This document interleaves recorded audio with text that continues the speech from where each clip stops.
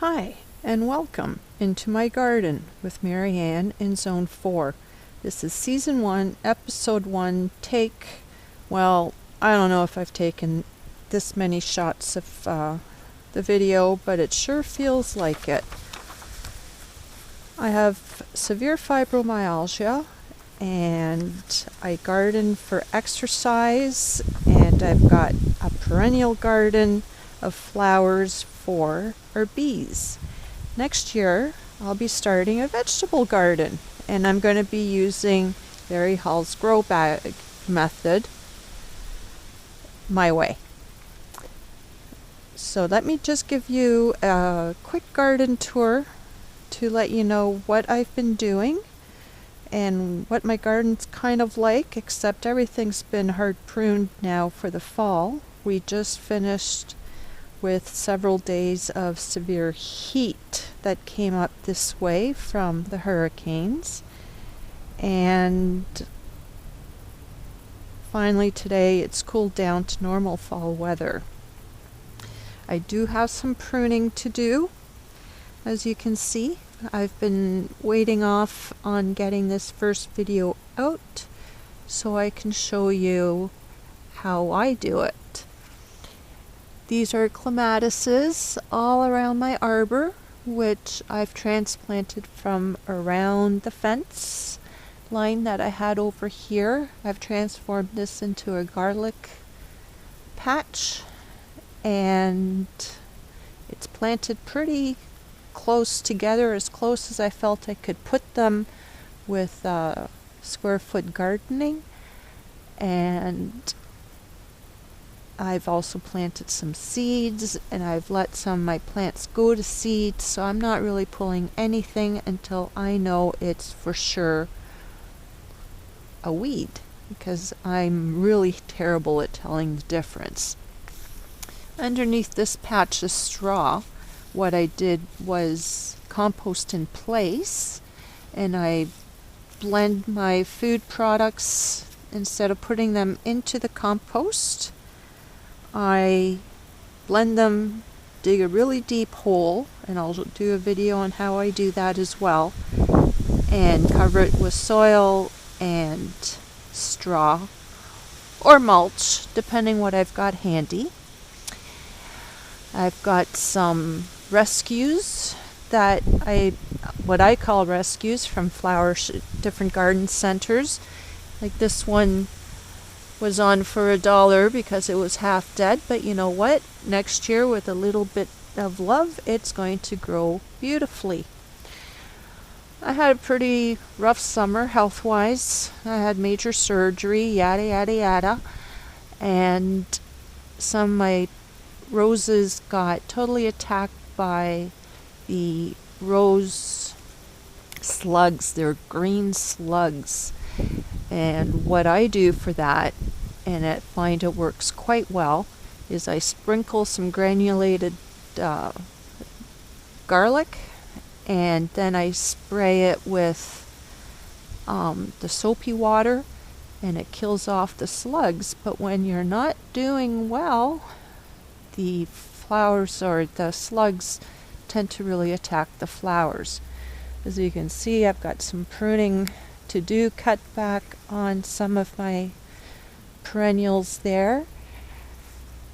I've been chopping and dropping in place now that it's the fall, and I don't care so much about the aesthetics.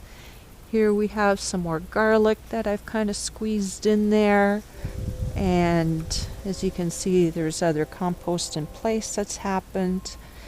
There's going to be some new Asiatic lilies here. I love those. They're one of my favorite flowers, and I can't seem to get enough of them. There's loads of bulbs in here. I've been gifted them, and I just, have the collection from the little guys to the medium to some tall. The bulbs I ordered are 4 and 5 foot bulbs. Yes. And what else is out this way that I should show you? My rose, this is a 4th of July rose. The poor leaves have been falling. I've taken so many videos that it's gotten crazy. I hope that this all kind of shows up in here. But it's a beautiful rose. It got severely attacked by those green slugs, rose slugs. So I've kind of started transforming it into what I hope will become a rose tree. We'll see next year what happens. This, theoretically, should become a rose tree if I keep up at it. There's some pruning that needs to happen. I also have hens and chicks, which I love. I've got some poppy there that's going to come in for next year. And my Shasta daisies, which I gave a hard prune to because they were falling over. The branches or the woods were not strong enough. So a daisy expert from the UK had done a video on all his daisies. I asked him, what should I do because mine keep falling over? And he says, hard prune it, darling, and you just might get some more daisies this year. Again, our weather's been a little bit off, and I think next year, though, they'll come in a lot harder. It's been raining so much we haven't even, through the summer, we haven't had enough consecutive dry days to stain the deck, which this poor deck's just going to fall apart soon if we don't get it stained.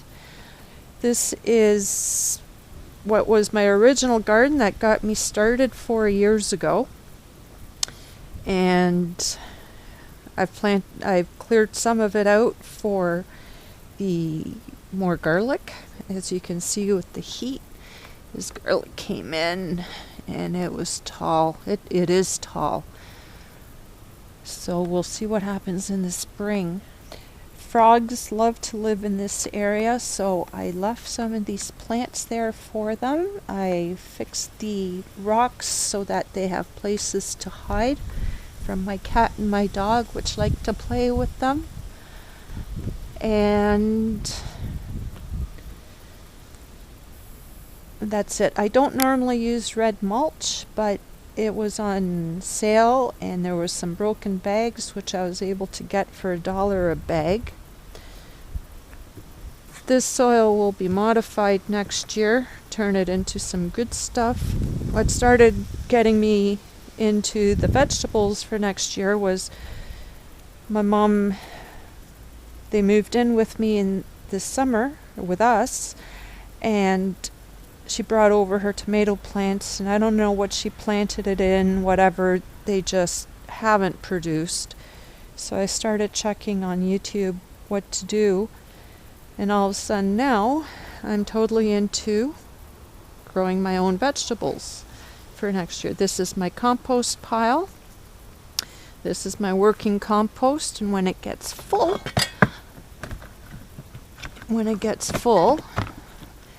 I turn it over, and that's what I've got, 3 piles of that underneath. The pile is a lot higher, so the other day I did take a peek and I got a nice look at what is up and coming for next year's compost. This area I've been modifying because it was all flooding. It's all clay, very much clay in this area. And so I thought, well, I'm going to modify my soil and hopefully it takes away the flooding. And I think so far it's worked. We had a couple of big rainfalls since I did that, and it certainly helped. This neighbor over here dug a trench, used a pipe, take it all out from there, added gravel and sod. And this neighbor has used sand. So I think between the 3 of us, we should be able to avoid more of this dreadful flooding in this area. Here's my little collection of bags for next year that I've picked up on sale. and I'm really looking forward to using them up. This is our apricot tree. It did not produce this year. We had warm temperatures where it made some, it started sprouting and started flowering, and then we got hit with a nasty frost for a couple of days. So no apricots this year. It was kind of very disappointing. Okay, so this is a quick tour, and I'm going to be making, like I said already, some shorter videos as I do different things around the yard. I've taken so many startup videos, it's just driving me nuts. I really hope this one worked out and that you'll be watching this along with me, and I'd really appreciate it if you subscribe and follow my ups and downs as I venture into vegetable gardening. That's going to be my challenge, and it'll be keeping me busy through the winter. On days that I feel up to doing something, I will be growing. Well, I won't be growing anything in the winter. I'll be making my grow bags. And what else can I show you? I don't know what this is. We had a huge mess this year with bird feed. These squirrels got onto it, and they were just rocking back and forth the bird feeder and tilting it, and oh my gosh, there was bird feed all over this particular area.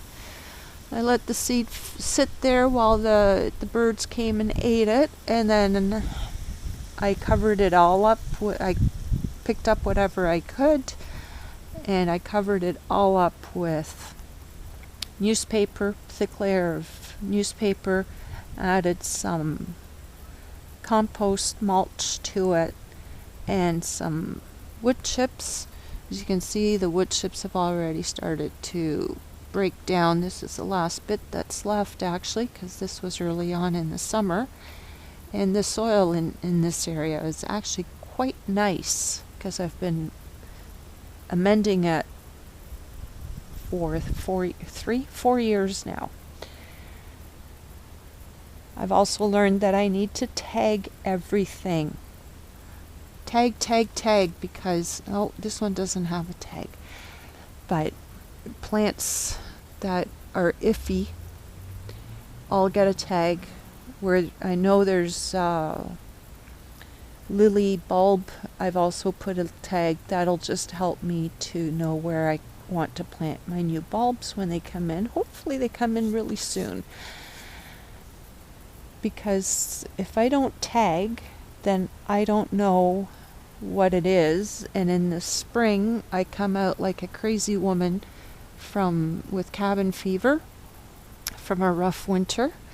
Fibromyalgia in the winter don't mix for me at all, and I start pulling weeds because I need to do something outside. And I think this year I pulled plants instead of weeds, or along with the weeds, and that's why I had to refill my garden and why it looks so sparse in a couple of places. These are flax that have actually grown from seed. I'm very excited about that, and there'll be a lot of fun for next year to watch them grow. And over here is a black-eyed Susan, the only seed that germinated, and it will be just probably a single flower next year until it starts thickening up. So yeah, and lavender. Lavender's beautiful. I love it. I'm going to fill it. I'm going to use it as ground cover. Well, I don't know if it's going to be full ground cover, but hopefully it's been seeding itself, and I'll be able to have more for next year. Okay.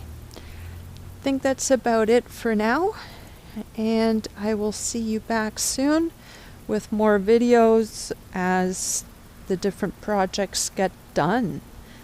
Have a wonderful day. Thank you for watching, and we'll see you soon.